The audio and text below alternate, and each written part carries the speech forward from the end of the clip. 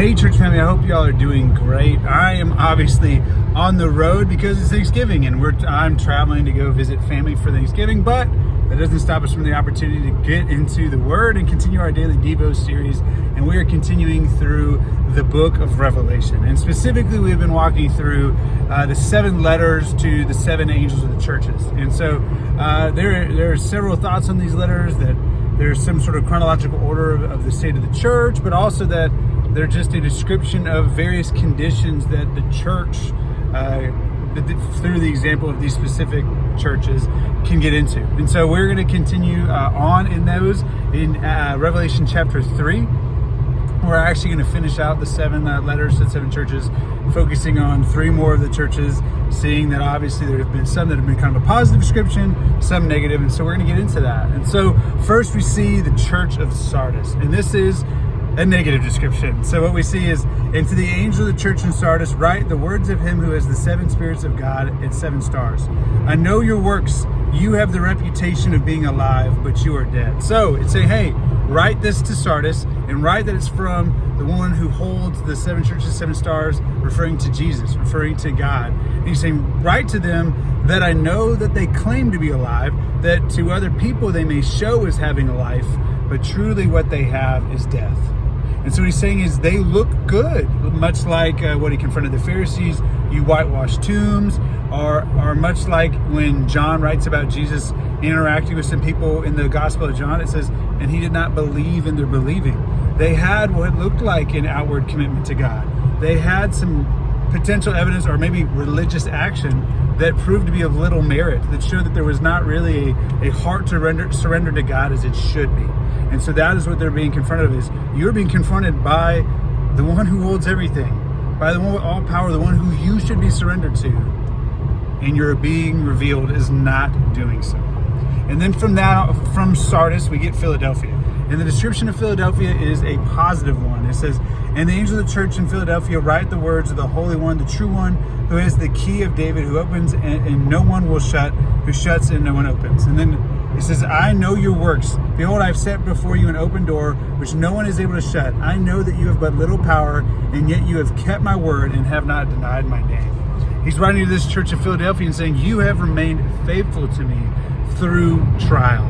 And it even goes on to describe through sinful people that have committed themselves to the ways of Satan. To the angel and to the church of Philadelphia, y'all have remained faithful, and you will be spared from a level of judgment, and you will be spared a level of trial because of your faithfulness.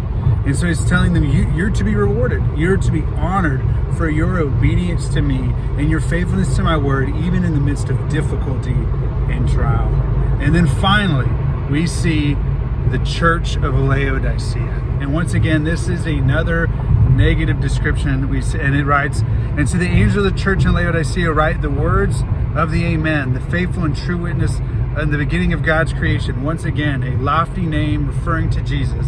It says, and I know your works. You are neither cold nor hot.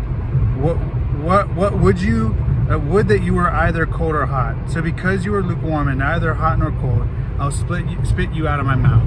So this level of, you're double-minded, you're fractured, you're not committed, you're bouncing back and forth between what the world can offer and between me.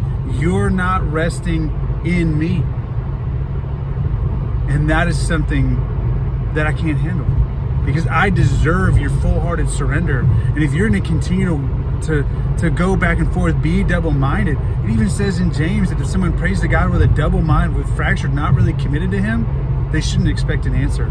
So once again, it's this clear statement that we should have a heart surrendered to God, and the church of Laodicea did not.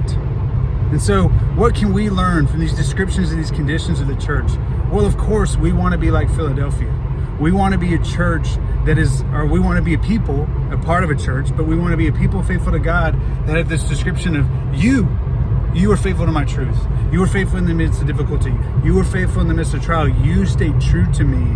You followed me. And we can actually look at the warnings of the other 2 to see how we get there.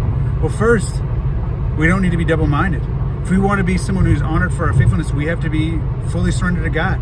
We have to give it all to him. Say, take it. My heart, everything is yours. That is what we need to do. We don't need to be double-minded. We don't need to be fractured. And when we give our heart fully to Him, of course, what we'll see is good works that aren't simply a farce or posing or out of our own labor or performance, but good works that are truly from a heart surrendered to God.